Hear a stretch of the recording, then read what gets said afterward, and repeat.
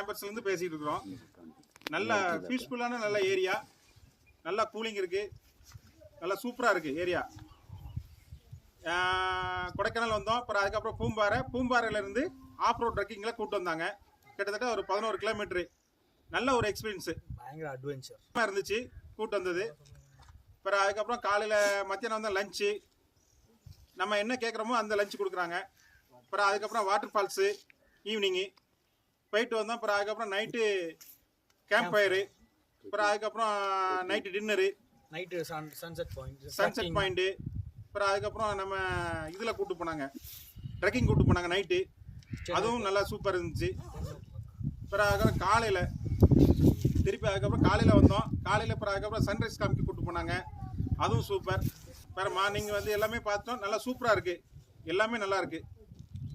நீங்கள் எல்லாம் வந்தீங்கன்னா வாங்க, எல்லாரும் வாங்க.